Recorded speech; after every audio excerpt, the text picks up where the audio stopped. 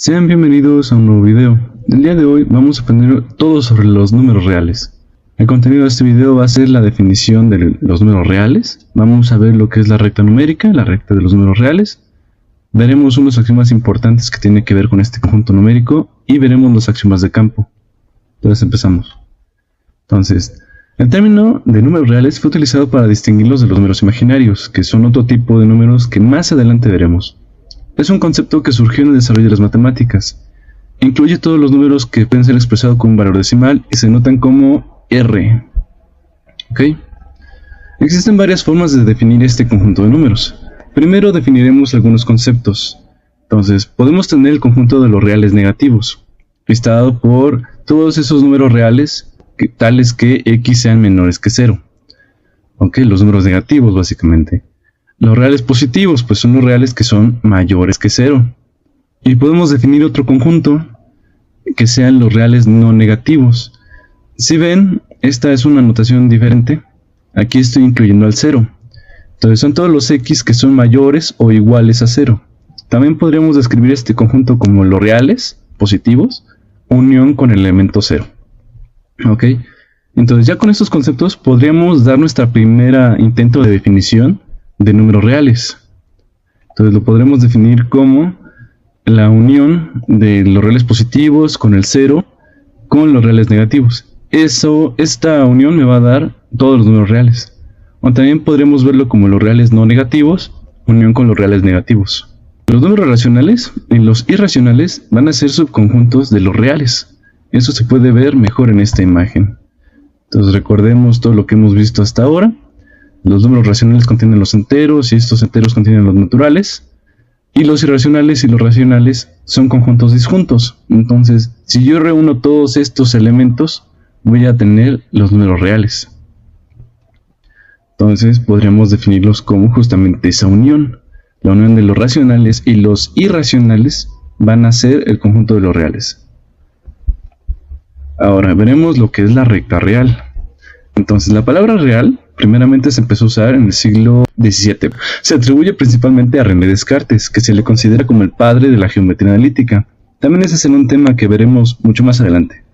Pero bueno, en su obra La Géométrie, en 1637, utilizó el término real para referirse a los números que podían representarse en una línea continua y que corresponden a medidas reales y tangibles denominada como la recta numérica o la recta real. Entonces, la recta real contiene todos esos valores en el conjunto de los reales. Los números están dispuestos de manera ordenada, ya veremos qué significa eso, en una línea infinita que se extiende de ambos lados. Entonces voy a tener, digamos, esta línea va a tender a menos infinito, y del lado derecho tendremos a más infinito. Entonces vamos a recordar los elementos que tiene la recta real. Entonces aquí podemos ver a los números naturales. Acá también podemos ver los números enteros que conforman todo este conjunto de números. Y entre ellos podremos ver los números racionales, ¿no? Que ya también los estudiamos en su momento. Y los irracionales. ¿Ok? Aquí hay algunos ejemplos, ¿no? Donde podremos encontrarlos. Recuerden de que los racionales y los irracionales son un conjunto denso. Entonces hay una infinidad de racionales entre, por ejemplo, este pequeño intervalo de menos 5 a menos 4. Entonces es un pequeño ejemplo, ¿no? Nos vamos a unos axiomas importantes. Entonces, el primero va a ser el axioma de completitud. Cada conjunto no vacío de R que tiene una cota superior tiene un supremo, al igual que cada subconjunto no vacío de R que tenga una cota inferior va a tener un ínfimo. ¿Eso qué significa? Bueno, lo veremos más a detalle después, cuando veamos cálculo, pero para que tengan una idea de qué se refiere esto, vamos a un pequeño ejemplo. Entonces recordemos, aquí está la recta real. Digamos que yo quiero estudiar este pequeño intervalo de menos 4 a 4, ¿no? Que denotado por este pequeño conjunto, no este recuadro. La parte en azul van a ser cotas superiores. ¿Qué es una cota? Una cota, digamos, de que va a delimitar valores de un conjunto, ¿de acuerdo? Entonces, por ejemplo, este valor es una cota, el 4, porque justamente es el límite del conjunto que estamos estudiando. Al igual, el menos 4, este será una cota inferior. Pero bueno, una cota superior son todos esos elementos que son mayores o iguales al valor más grande que tenga el conjunto. Por ejemplo, aquí el 4 sería una cota superior, el 5 también, el 9, el 10 y más valores mayores que los del conjunto. Son cotas superiores. El supremo es la cota superior más pequeña. Entonces, si empezamos desde el 4 hasta pues, más infinito, entonces la más pequeña pues, va a ser 4. Entonces justamente el 4 va a ser el supremo del conjunto. Ok, ahora a su vez, las cotas inferiores pues, son pues, justamente los valores que son menores o iguales a los del conjunto que estamos estudiando. Entonces menos 5 es una cota inferior, menos 12 también. Pero ¿qué es el ínfimo? El ínfimo es la cota inferior más grande. Entonces la más grande pues claramente va a ser menos 4 porque delimita a este conjunto. Ok, esto lo repito, vamos a verlo más adelante con más detalle, cuando lleguemos a cálculo diferencial. Pero bueno, espero de que sea un ejemplo claro para ustedes. Entonces vamos al axioma de densidad. Entonces cualquier par de números reales distintos siempre va a existir al menos otro número real entre ellos. Eso significa que la recta real es densa, que no hay huecos, básicamente. ¿Ok? También tenemos el axioma de orden. Ahora sí vamos a definir qué significa el orden en un conjunto. Entonces los reales, para cualquiera de dos números, A y B, uno de los siguientes incisos es verdadero. Entonces tendremos que comparar entre ellos. Pues, en el inciso A tenemos que A sea menor que B, o que A sea igual que B, o que A sea más grande que B. Entonces, solo uno de ellos se va a cumplir. Esto significa que para cualquier par de números reales podemos compararlos de otras maneras.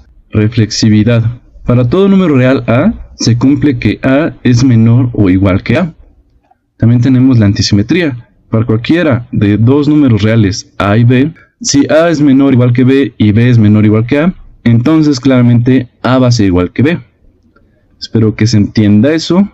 Si no se entiende, por favor comenten en los comentarios a ver si luego hago un ejemplo con estas cosas, pero bueno, sigamos. Transitividad. Para cualquiera tres números reales, A, B y C, si A es más pequeño, o menor o igual que B, y B es menor o igual que C, entonces A es menor que C. ¿Ok? Axiomas de campo. Anteriormente le hemos llamado propiedades de los conjuntos numéricos, pero en los reales sí tienen nombre. Vamos a llamarle axiomas de campo. Entonces el primer axioma va a ser la cerradura en la adición. Ya lo hemos visto. Ahorita lo vamos a formalizar. Entonces para todo A, B en R, la suma de estos dos números debe de caer en los reales. El axioma 2 es de conmutatividad en la adición. Entonces para todo A, B, C en R, A más B más C debe ser igual a A más B más C. ¿Okay? El axioma 3 es la asociatividad en la adición. Para todo A, B en R, A más B es igual a B más A. El axioma 4 es la existencia de unicidad del neutro aditivo. ¿Qué quiere decir? Existe un elemento denotado por 0, tal que para todo A en R, A más 0 sea igual a A. Entonces, a lo mejor esta es una palabra nueva para ustedes. Unicidad, ¿eso qué quiere decir? Que estamos afirmando que el 0 es único. Que hay un único elemento que va a cumplir esta propiedad. Aquí abriré un pequeño paréntesis. Cuando ustedes quieran demostrar de que algo es único, para probarlo, tendrán que proponer otro elemento que cumpla la misma propiedad y acabar afirmando de que el que ustedes propusieron y el que están diciendo aquí son iguales. Ok, ahí prueban de que solo hay una sola cosa que cumple esta misma propiedad. Ok, bueno. En el axioma 5, existencia y unicidad del inverso aditivo. Para todo A en R existe un elemento denotado por menos A, tal que A más menos A sea igual a 0. Aquí es lo mismo. Entonces, si quisieran probar de que es único, pues tienen que proponer otro que cumpla una propiedad, y a base de pues los mismos axiomas de campo, podría determinar de que esos elementos son iguales. Pero bueno. Axioma 6, cerradura en el producto. Para todo A, B en R, A por B también pertenece a R. Axioma 7, conmutatividad en el producto. Para todo A, B en R, A por B es igual a B por A. El axioma 8, asociatividad en el producto. Para todo A, B, C en R, A por BC va a ser igual a AB por C. El axioma 9, existencia y unicidad en el neutro multiplicativo. Existe un elemento denotado por 1, diferente de 0, claramente, tal que para todo A en R, A por 1 debe ser igual a A. El axioma 10, existencia o unicidad del inverso multiplicativo. Para todo A en R existe un elemento denotado por A a la menos 1. Esta notación la entenderemos mejor cuando veamos álgebra, pero bueno, para los que ya saben esto, pues bueno, ha de ser obvio. Esto es igual a 1 entre A, pero bueno, ya veremos después eso. Entonces, este elemento, si yo lo multiplico por A, me debe dar igual a 1. ¿Ok? Ahora, el axioma 11, es la distributividad. Para todo A, B, C en R, se cumple que A por B más C debe ser igual a A por B más A por C. Bueno, ya que hemos visto todo esto, a lo mejor se pregunten, bueno, ¿esto de qué me sirve, no? Pero bueno, esto tiene sus aplicaciones. Por ejemplo, a partir de aquí, podríamos demostrar por ejemplo, la fórmula de la suma de fracciones. De hecho, tengo pensado ya hacer un video para demostrar esa formulita. Entonces, sí tiene sus aplicaciones. También nos podría facilitar para despejar correctamente. Hay quienes tienen dificultad para despejar ecuaciones algebraicas. Bueno, esto lo podrían aplicar para poder despejar más fácilmente en sus exámenes o en sus tareas. Pero bueno, ese video lo tengo pensado para cuando lleguemos a aritmética, después de teoría de conjuntos.